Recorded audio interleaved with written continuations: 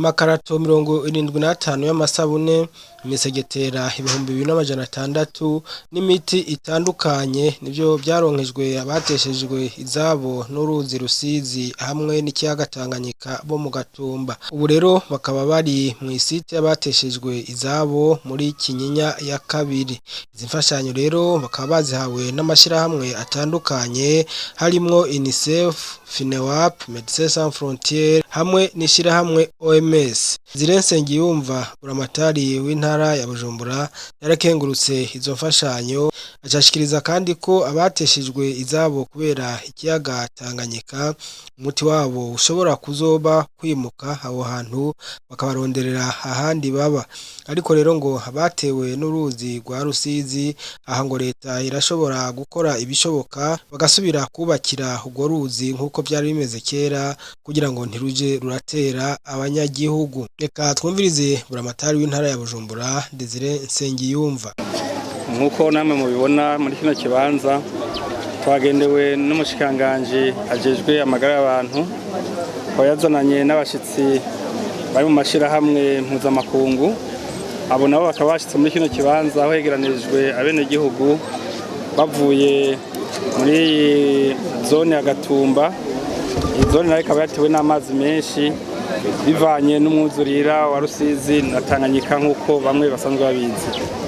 Rero uyu munsi turanezerewe cyane kubabona muri kino kibanza batuzaniye imfashanyo zitandukanye, aho harimo imiti isanzwe ifasha abene gihugu bari muri kino kibanza, bakabazananye n'imisegetera kugira ngo ishobore gufasha abene gihugu kwikingira ingwara zitandukanye. Rero uyu munsi twanezerewe cyane kuko baronsa akaryo keza ko kuzunguruka mu bibanza byose bitegekanijwe kugira ngo baze bavuriramwo ababene gihugu, kandi babonye ko bitunganije neza, kandi nimba hariho ibyo babonye bakwiye kugira ico bongerako bogenda bakabikora. Twanabasavye ko bogerageza bagafasha abene gihugu iyo hageze ko bimurirwa mu bitaro bikomakomeye, iyo bagwaye ingwara zikomeye cyane badashobora kuvura ngaha, bariko barunguruzwa kugira ngo bajanwe mu bitaro bikomakomeye nk'mu gisagara cya Bujumbura. Iyo bashitseyo bahura n'ingorane zo gutanga ajya amafaranga yibanze bita caution.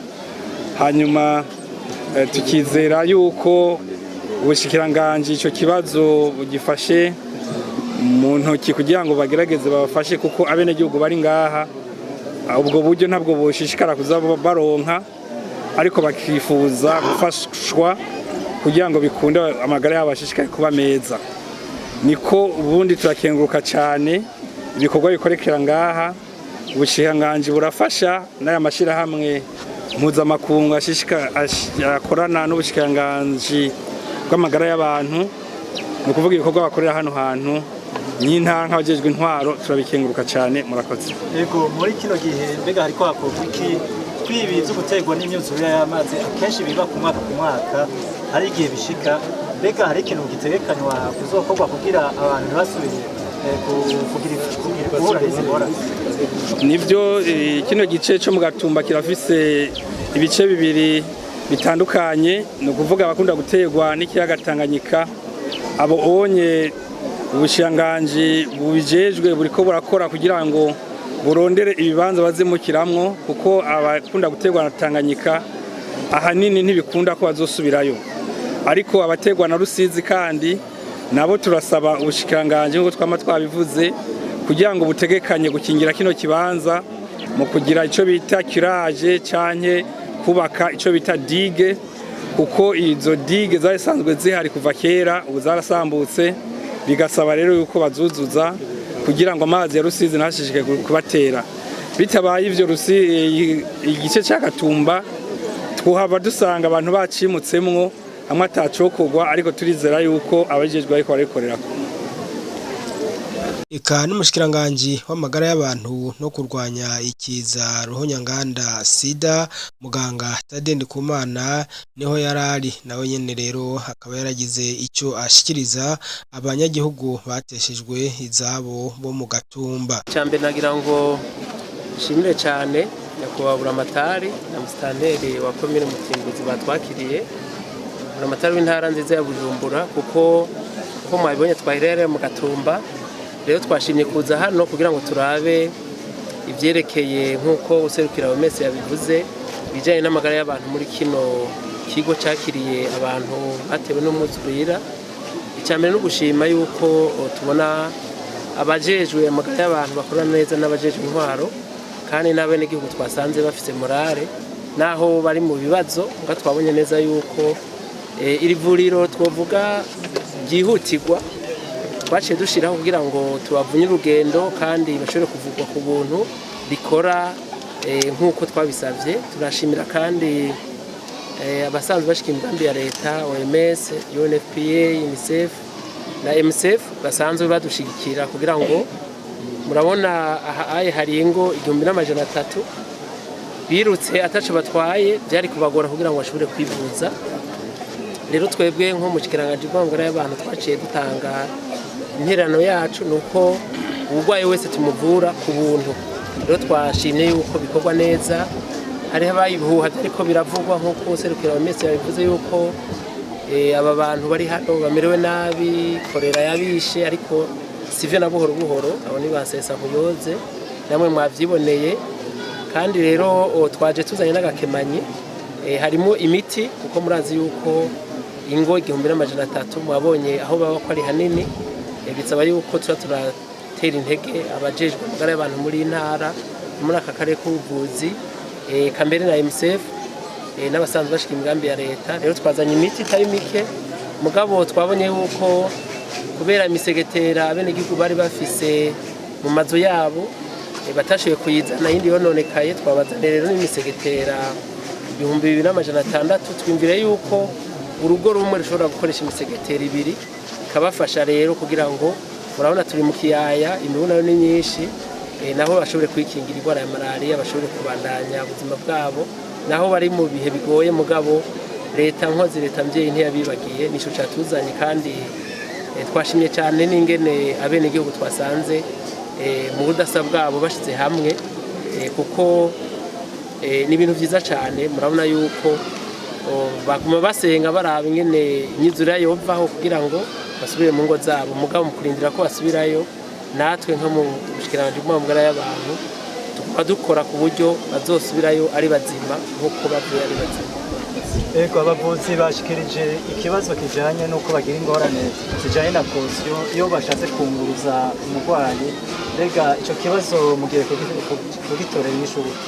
Ico kibazo twacumvise yuko yo hageze ingwara irengeye abaganga bari ngaha canke idashobora kuvurirwa mu karere k'ubuvuzi, ico bita reference contre reference. Twumvise yuko iyo bagiye mu mavuriro y'Ibujumbura babaka kosiyo, mugabo murazi yuko nayo baba bafise. Ico rero tugiye kubivuga n'abarongoye amavuriro makuru kugira ngo iyo babonye transfer nk'iyo abenegihugu baba ngaha banditswe neza bakabareka bakabavura kugira ngo ntihabe ingorane, kuko bobo ni bantu nikora muri iki gihe batewe n'umuzuriro. Waserukiye ishyirahamwe OMS arashimira abategetsi batandukanye harimo mbere n'umushikiranganje w'amagara y'abantu. Aha rero akabashimira ku izina ry'abo bari kumwe bose, ari nabo batanze izi mfashanyo muri iyi site. Ngo bashaka kuraba ivyakozwe kandi ngo barishimiye uko basanze bimeze, cyane cyane mu bijanye no kurwanya ingwara muri iyi site y'abateshejwe izabo.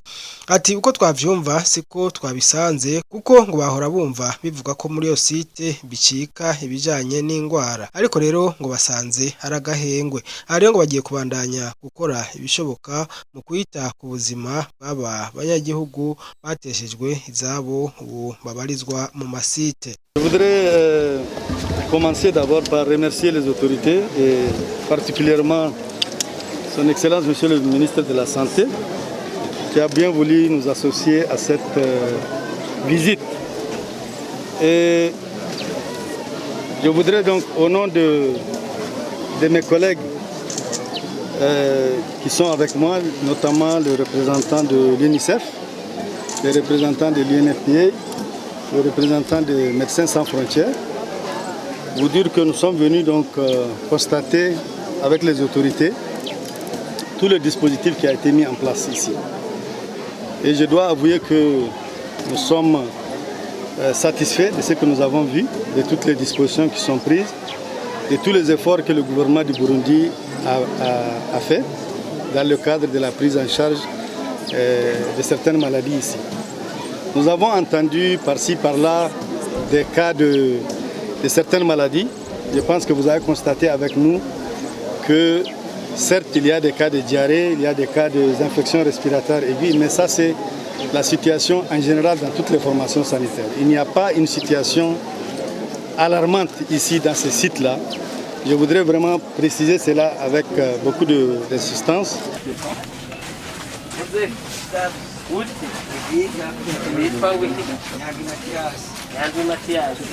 Mama, when you good.